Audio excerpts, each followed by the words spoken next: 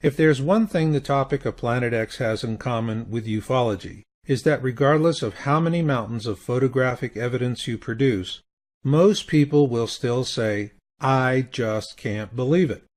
Regrettably, this very expression of cognitive dissonance plays directly into the hands of the Anunnaki, the inhabitants of Nibiru, and the elite leadership of our own planet. Following the Winter of Ash event, which causes global economic and political chaos, the Anunnaki will begin making covert visits to our world leaders. And being in it for the species, the guides tell us the Anunnaki will advise our leaders about this impending asteroid impact event. How will it play out? The guides tell us those who are fated to be in the crosshairs of this disaster will be the last to know. According to the guides, this impactor will be an asteroid in our own system, and it is currently located somewhere between the orbits of Mercury and Venus. While it presents absolutely no threat to Earth at this time, the approach of the Planet X system will bump it into a trajectory that will bring it into contact with the Earth. To help visualize this, let's begin with a simple side view of our system. As you can see here, we have Earth and the ecliptic, the plane of our galaxy we discussed earlier. This asteroid will travel near to the ecliptic, and for those who've been kept in the dark about its approach, there will be no way to know it is coming. However, the guides tell us that when we see Nemesis coming out from behind the Sun, with the planet Helion to its right, and Nibiru below the ecliptic and near to the Sun, that dying time is near. To get the picture of what that means for us, we'll use this world map to plot this impact event and its consequences. The asteroid will travel from west to east as it approaches the eastern Atlantic, and the impact site will be off the coast of France. This impact will occur in an area of deep seabed and drive forward a massive tsunami into Europe, a wall of water so large even London and Paris will flood. Plus, there will be a rearward tsunami that will travel in the opposite direction across the Atlantic towards North America, as the ejecta and ashfall from the impact begins to fall on Europe. Traveling as fast as a modern jet airliner, the rearward tsunami wave will strike into the northeastern seaboard of North America with devastating consequences for America and Canada. But that is not even the half of it. Shortly after the impact in the eastern Atlantic, the active volcano on Las Palmas will erupt, causing its western flank to fail. This will generate the Las Palmas tsunami many have feared for years, and it will follow quickly on the heels of the asteroid's rearward impact tsunami. This second tsunami wave will strike a much greater swath on the east coast of America and Canada, and will be significantly more powerful. Plus, it will combine with the effects of the first tsunami wave for a two-fisted knockout blow that will spell the end of America as the current dominant world power. It will also deal a devastating blow to Atlantic alliances which are dependent on a very sophisticated transatlantic communication infrastructure of deep undersea fiber optic cables. As you can see here, the impact site relative to this communication infrastructure gives one pause to wonder about where this asteroid strikes. Is it happenstance? Or are we looking at the possibility of a targeted projectile? Not only in terms of the communications aspect, but also for what happens next. The impact will be on the western side of the Eurasian plate, and the force of the impact will travel through the Earth's interior to the eastern side of that same plate. Here you see an equatorial view of that line of travel for added perspective. Once this energy wave strikes the opposite side of the Eurasian plate, the consequence will be a massive disruption of the Pacific seabed, starting in the Kamchatka area, moving south towards Antarctica. There it will rebound and head back north, triggering undersea volcanoes and earthquakes as it goes. As you can obviously see here, the Hawaiian Islands are in the crosshairs of this rebound wave. But this wave, which rebounds off Antarctica, will also cause great earthquakes and volcanic eruptions for those nations in South, Central, and North America bordering the Ring of Fire. After the dust settles, both the eastern and western shores of the United States will be devastated, and then the unthinkable will happen. In what will seem like a blink of the eye, America will become a third world nation. However, the guides also tell us that no nation on earth, no matter how wealthy or advanced, will be able to escape the cataclysms to come. And with that, now comes the really bad news. In Being in It for the Species, the guides tell us that when we see this alignment of the Planet X system, Nemesis will have reached its point of perihelion, which is its closest distance to the Sun. After that, it turns south into the outbound leg of its orbit. From this time forward, events far worse than the Deep Impact event will unfold, to include a pole shift. Simply put, these events will brutalize us and our world. So the question now is, what do we do about it? Because when we do see Nemesis at perihelion, there will only be two kinds of people in the world: those who are prepared and those who are not. In my postscript, which follows next, I'm going to address that very point and what I intend to do about it.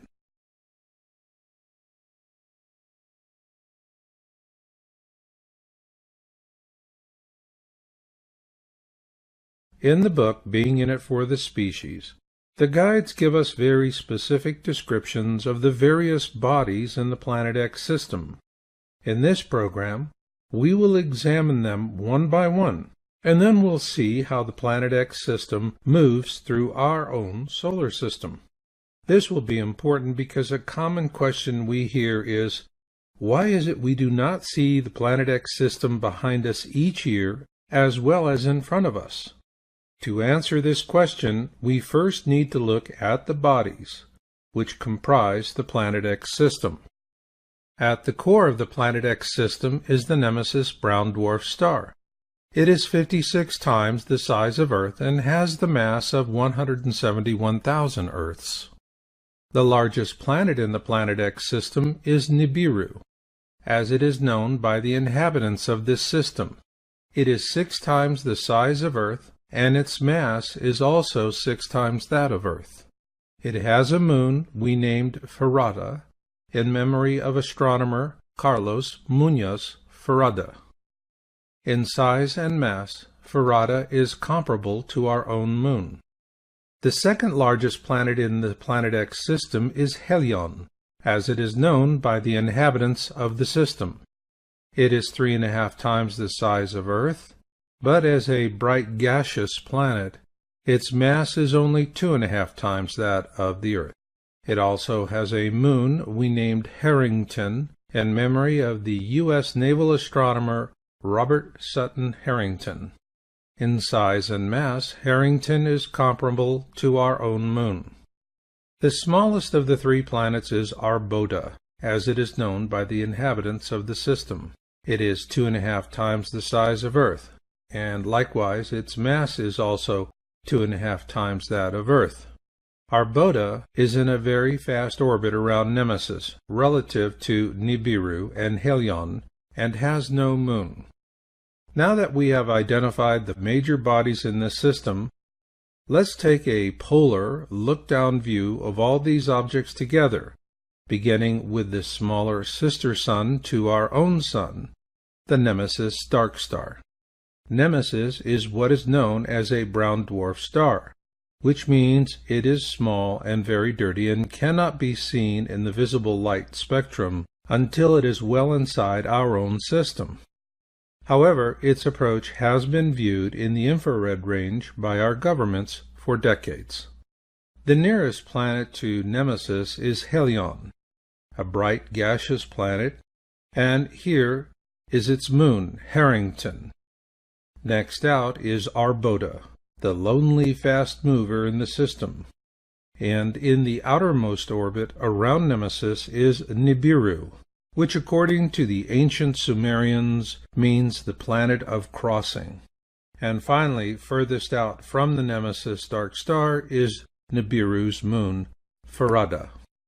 To get an idea of how large the Planet X system is in relationship to our own system, let's overlay one upon the other. To do that, we begin with our own Sun. Next comes Mercury, then Venus, our own lovely third rock from the Sun, Earth, then the mysterious red planet, Mars, and finally Jupiter. Because the Planet X system is so relatively small when compared to our own, these planets will suffice for now. So let's place the Planet X system into our own to get an idea of just how small it really is. When you consider that we left Saturn, Uranus, Neptune, and Pluto out of the picture, the Planet X system really does look puny in comparison. Nonetheless, the question we hear more often than not is, why are all of our observations of the Planet X system near the Sun? For many, the assumption is that we should see the Planet X system in front of us as well as behind us once each year. So let's take a closer look at this assumption, which is based more on expectations than fact. In most people's minds, planets move around the Sun much like trains on a railroad track. You know where they're going, just like freight trains traveling on fixed rails. However, the Planet X system moves through space more like an airplane, and unless you're a flyer or you've taken a few flying lessons, this can be difficult to grasp at first. This is because, as every flying student learns, airplanes have a longitudinal, lateral, and vertical axis. Hence the term flying by the seat of your pants, because an important part of becoming a pilot is the ability to feel the orientation of your aircraft with your tuchus. Lucky for us, there is a celestial comparison between trains and airplanes when we look at comets. To set a background for this comparison, let's use this illustration of our solar system as seen from deep space. That outer ball, which has a cutaway section in this illustration, is known as the Oort cloud, and it is made up of all the debris left over from the formation of our solar system. Occasionally, a comet flies in from deep space and passes through our solar system. Called rogue comets, these comets are fast movers, and if they keep their distance, they can avoid being captured by the gravity of our own Sun, at which point they fly right out the other side of our solar system, back into the pitch-black darkness of deep space, never to be seen again. Ergo, these rogue comets are what you might call the celestial freight trains. They've got a single-minded focus as to where they're going, and they just plow straight through. However, the Planet X system does not orbit our Sun like a predictable freight train. Rather, it orbits our Sun much like an airplane, on three axes: longitudinal, lateral, and vertical. Consequently, its movements are far more complex. In fact, in being in the very center of the Sun, and then stretches out in a concentric ring to the 12 constellations of the zodiac. Using the observation reports we've published in previous Yowza.com videos, let's now plot the movement of Nemesis, the brown dwarf at the core of the Planet X system, relative to our own Sun and the ecliptic as seen from Earth. Here's where our estimate of Nemesis was in 2010, based on the observations of Nibiru from 2010 to 2013. And here we see where Nemesis was observed in May of 2013. We used these two reference points to create a rudimentary orbital path based on the fact that Nemesis is in a 3,600-year-long elliptical orbit around our Sun. And here we see estimates of where Nemesis will be at the end of this year on the opposite side of the Sun. This explains why we cannot see it at this time. However, Nemesis will come out from behind the Sun as it reaches its point of perihelion, that point in its orbit where it comes closest to our own Sun. So with this background in mind, we're ready to take on the question: why are we not seeing the Planet X system in front of us and behind us each year? With that, let's return to our deep space view of our solar system. Like an airplane that flies on 3 axes, the Planet X system essentially does the same. While it is bobbing up and down, so to speak, it is also orbiting around the Sun as well, no differently than any of the other planets in our system. Again, remember that the guides have told us that the Planet X system moves through our skies like nothing else we've ever seen before. The bobbing up and down motion is straightforward, but in terms of moving sideways in orbit around the Sun, we need to look at the number of days it takes for the Planet X system to orbit our Sun, as it bobs up and down through our solar system. Let's begin with Earth, which we know takes 365 days to orbit the Sun. What the guides tell us is that even though the Planet X system is bobbing up and down, it also takes 380 days for this system to orbit around our Sun as well. Now we're ready to put it all together. To the left, we see a polar look-down view of Earth, Nemesis, and the Sun. To the right, we see a side view of our solar system from the ecliptic, with Earth on one side of the Sun and Nemesis on the other, which is why we cannot observe it at this time. Keeping that in mind, let's now change our point of view. To the left, we still have the look-down polar view, but to the right, we now have a frontal view as seen from Earth. Here we see Earth and Nemesis as they track around the Sun in 2010. In 2013, Earth is seen catching up because it has a shorter duration orbit around the Sun, and so Nemesis appears closer to the Sun. Here we see an approximation of where we presently are, with Nemesis being directly behind the Sun in 2014. And here we see Nemesis coming out from behind the Sun several months from now. And finally, here's where Earth will be relative to the Sun and Nemesis when Nemesis reaches its point of perihelion. To see the full range of motion, let's view a composite of all these points in space. Because Earth orbits the Sun every 365 days and Nemesis orbits the Sun every 380 days, Earth has slowly been gaining on Nemesis, and this is why the recent observations of Nemesis over the past few years have always placed it near the Sun from our point of view here on Earth. Nemesis is presently behind the Sun and unobservable at this time. But interestingly enough, we have current observations of its 3 planets, Helion, Arbota, and Nibiru, and we're going to show them to you in the next part of our program, Planet X Observations. I began researching Planet X in 2001 and published my first article on the topic of Planet X in January 2002. Over the years, I and my fellow researchers have always treated the topic as a threshold risk issue. However, with the release of Being in It for the Species and this video, that has changed. We at Yowza.com now view Planet X as a clear and present danger. Therefore, the conversation about it has changed from, will it come in our lifetime, to how will we survive it? Keep in mind, many of us will, so the consequences are much larger than mere survival itself. Humanity will survive this flyby as it has others in the past. Then we will rebuild and go to the stars. Therefore, the transcendent issue is not survival. It is how we go to the stars after the tribulation. And here, humanity has a clear choice. We can go as Anunnaki stormtroopers, despised by other races. Or we can evolve as a result of this tragedy to become an enlightened spacefaring race, welcomed throughout the galaxy. In essence, what I am saying is that I do believe humanity is worthy of a Star Trek future. For this reason, my mission has changed.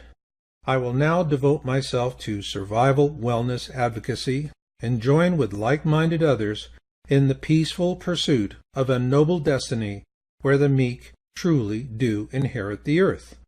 If you feel the same noble calling to be in it for the species, then you are my brother. You are my sister. Let us move forward together.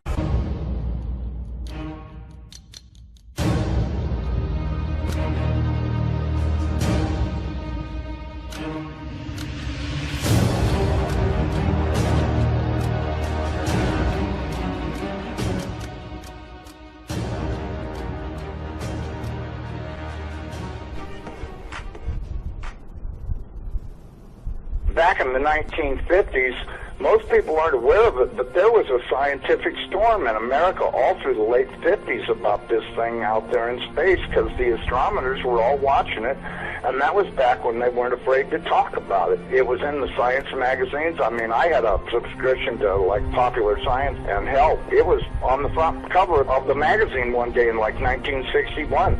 And I was really excited when I saw it, because here's this giant red planet on the horizon of the California coast, and a humongous tidal wave coming in towards the coast. And having grew up in the mountains of the Sierras, and this thing in the magazine, it said this tidal wave coming in was going to be at least 3 miles high. And I went in and showed it to everybody in the house, and they laughed, and they said, look, it says right here, there's nothing to worry about. It won't be here for another 50 years. Hey, guess what? That 50 years has came and gone. And this baby's out there in the sky. They've been watching it. I watched it. And I can tell you, this thing has got so much trash coming around it. You know how we live in a solar system? We've got 9 planets and a big sun. This thing has got 7 planets and its own sun. But I believe that instead of having dirt on it like our planet does and water, I think this thing is just a big bright reddish-orange iron ball, because it's giving off all this red iron oxide dust out into the atmosphere. When we saw it at first, it was just a teeny little red speck of fuzzy red dust in the distance, but over the years as it went by and we watched it, it got bigger and bigger and bigger. And then finally, about 2008, we could see this thing like it was across the street. And we could see that it was a blazing hot ball of fire giving out sparkles of red iron oxide dust for thousands of miles in every direction. And you could see the planet circulating it. Now, I'll tell you one thing that I really am nervous about. I think this thing's got a planet like ours circling it. This is its own solar system. We're about to have a solar system come through the middle of our solar system. This can't be good. But unfortunately, it looks as though that's what's going to happen. Hopefully nothing in this mess will hit us, even though it does say it will in the Bible, leastwise it does in my Bible. It says we can expect all kinds of problems. We were looking at asteroids right close to this thing. There's asteroids that are floating around right near the, that are orbiting the main sun itself. These things appear to be about 500 miles across. And as you go back into the tail, you get into meteorites that go back for millions of miles in the tail. This thing looks like a giant red teardrop-shaped dust cloud. And you can see, if you're able to see it up close like we did, you can see every speck out there. I guarantee you there's trillions of meteorites following this thing. Now, these CIA people that I know say that we're not going to be that close to it when it goes past us. They're saying that in order to attain breakaway speed, when it comes up around the backside of the sun, its speed will at least double, possibly more, which will put it here earlier than everybody is saying it will. And that this thing will probably be about 20 million miles from us when it crosses in front of us. And then as soon as it flips us upside down, we're going to go into its debris field tail and be pelted with meteorites. And of course in the Bible it says they will talon 70 pounds. So if you've got 70-pound meteorites falling like hail, and I can guarantee you they will be falling like hail because there are that many in the tail of this thing. This thing has got a tail loaded with trash. I mean, it's incredible the amount of stuff that's in this thing's tail. And we're going to go right through that tail, and if it doesn't beat everything on the surface of the ground into a flat putty, I don't know what it'll take. I tell everybody, you better be at least 20, 30, 40, 50 feet underground and have either concrete or stone above you, because it'll break through the roof or whatever you've got if you don't. These CIA guys told me that this pole shift will probably happen from start to finish in around 28 minutes. That doesn't give you a lot of warning. When you see that thing out there in the sky, you're going to have to run as fast as you can to your underground facility, because this is going to happen so fast. Now, see, here's another thing nobody's talking about. You've got this giant iron planet that they say is 47,000 miles across, getting ready to come up past us. And when it starts to approach us, it's going to start and have real serious effects. So is it a planet or a failed star? It's not a failed star. You know, I saw this thing up close. It did not look like a failed star. It looked just like our sun. Right. Okay? Would you call our sun a failed star? No. Okay, well, you had said planet. I wasn't sure if it was like a failed star, brown dwarf, or a full sun. So it's a full sun? It looks to me like a miniature sun, just like the one we have. The only difference is our sun is giving off flames and stuff, and this one's doing the same thing as it, but it's giving off this red iron oxide cloud of dust around it, and until it got close, we couldn't even tell what was in there. We could see it was hot, and it looked like it was just a dull red when we were first able to discern it through the red cloud. But as it approached, it started to become more apparent that this thing is just orange hot. I mean, to tell how hot it is, I was told that they estimated between 5 and 10 million degrees, but, you know, I don't really know, if that's right or not. I mean, it's got to be pretty hot, because it's sending all of this red iron oxide dust out into space around it. Right. And it's got this enormous, and I mean enormous, at least 50 or 100,000 miles on each side of it, this red dust cloud that goes all the way around it. I know when we were watching it, as it started to make the upward swing to approach behind our sun, it was amazing. The red dust cloud settled down. Instead of being round, it started to settle down into a V, like wings, upside down wings. Right. And I thought, boy, I wonder if that's where the ancient Sumerians got the idea this thing had wings, because, you know, centrifugal force is a funny thing. When it comes back up around the planet, when we see it in the sky, my guess is it's going to look like it's got wings, because centrifugal force is going to be pulling the red iron oxide dust and particles out to one side, and then as it starts to climb out and go away from us, listen, I was told that this thing's magnetic field is going to be so strong, anybody that does not have a padded lead helmet to wear will have their brain gutted for everything they ever knew, and they'll be a complete raving moron after this thing passes. They'll they won't know, they'll pee in their pants. They won't have a clue what's going on, because this thing will gut their brain. And you know, I was reading a deal in my Bible. It says that after this happens, that nobody will care because they won't be able to remember it. Well, of course, I was told by somebody the reason that is because the electromagnetic field from this thing will be so strong, because, see, as it comes up underneath of us, it's going to start and pull us toward it. And then, just like a pair of big magnets, all of a sudden it's going to lock onto us. And when it does, it's going to be like the Jolly Green Giant hit the earth in the ass. It's going to send a jolt 500 to 1,000 foot high. This is what I'm told. 500 to 1,000 foot high shock waves all the way around the planet Earth.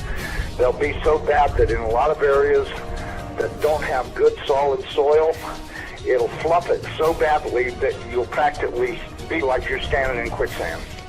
And that this thing's magnetic field will literally gut your brain of everything. And so you may want to give some thoughts to getting you some sheet lead, build you a little lead helmet to wear, you know, like a little motorcycle helmet to protect your entire brain and the back of your neck, so that way this can't happen. Because, you know, if these guys are right about this, and I'm pretty sure they are, because I know for a fact they know what they're talking about when they say stuff. And so, you know, and it does sound reasonable to me, knowing what I do about electromagnetic energy, that this could happen. So what you're hearing, folks, is the interview with a CIA buddy that saw exactly what we're talking about, going way back. He looked through the Hubble telescope He says, I saw, like it was across the street. So when you have first-hand eyewitness that says, I saw it, he's describing what he saw. Now we know, we can tell he's not an astronomer. He doesn't even say the word correctly. He's probably not that educated in any of the field of science when it comes to this. But he was lucky enough to have a buddy that was there. He could take a glance into the Hubble telescope and see something that probably scared the bedoodles out of him. And they were looking at this thing back in the day when it wasn't being covered up because they felt there was enough time. There was enough time to prepare down the road. It wasn't an immediate risk. So no big government cover-up yet.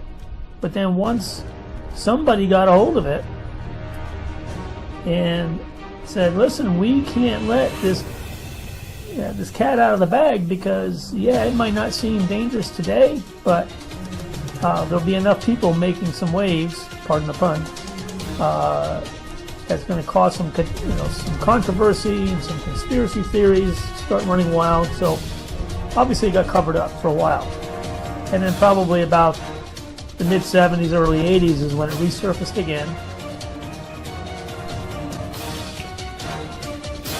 So here we are, folks.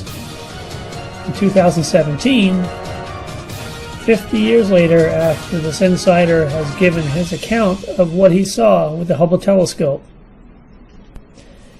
back in the 60s. So we know the government has known about this for a long time. They have covered this up.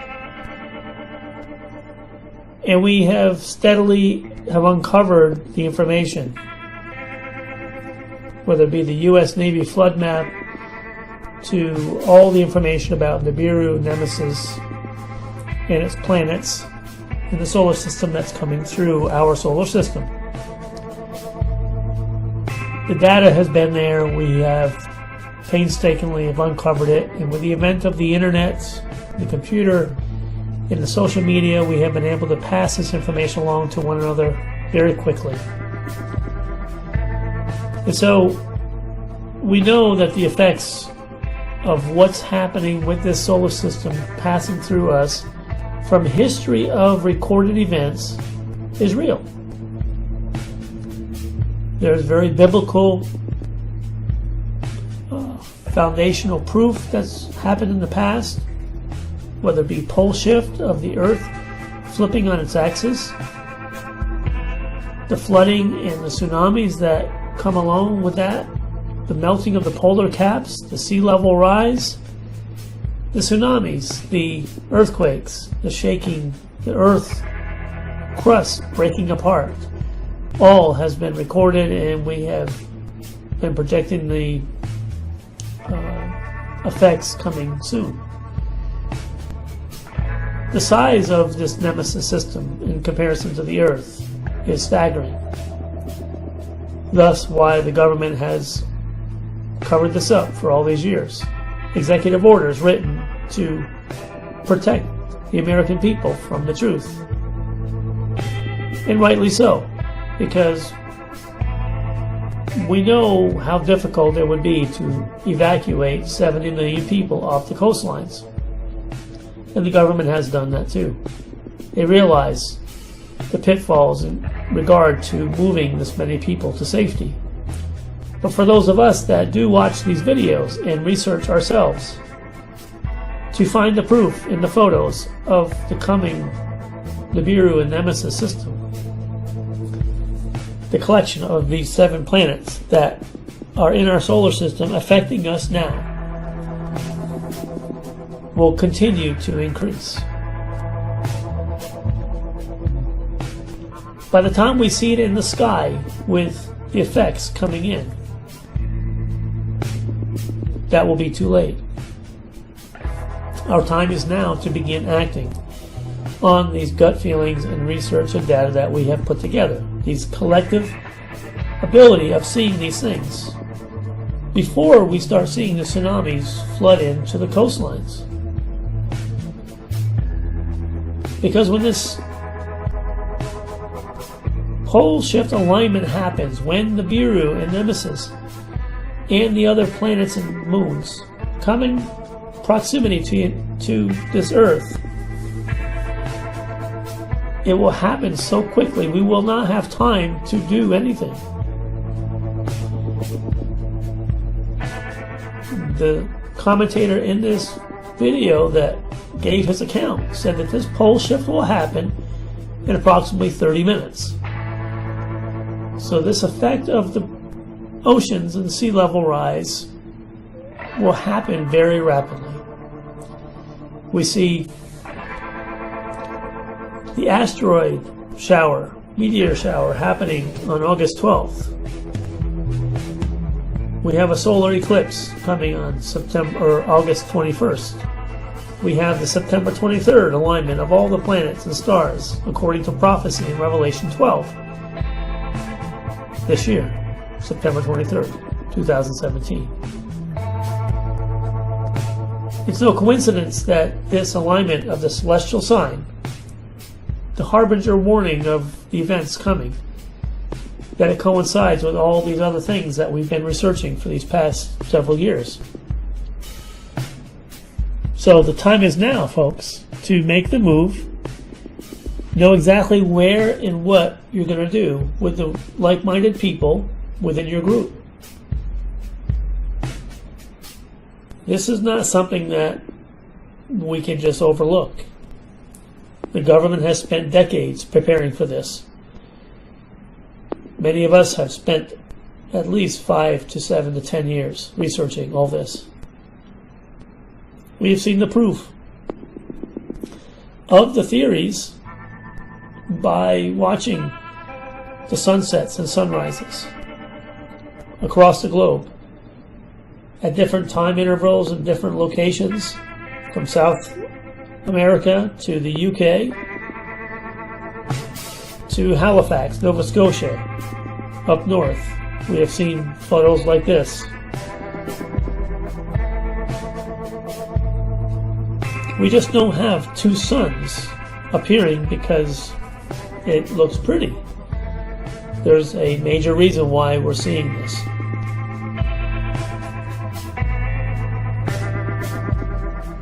So for those who have done the research and have the gut and instinctive feeling inside to say it's time, I employ all of you to pray, be led by your spirit, share with others, and make a move. Act on what you're seeing and feeling and make it happen now before it's too late. Because when we see it in the sky, it is too late. We'll see you on the other side, folks.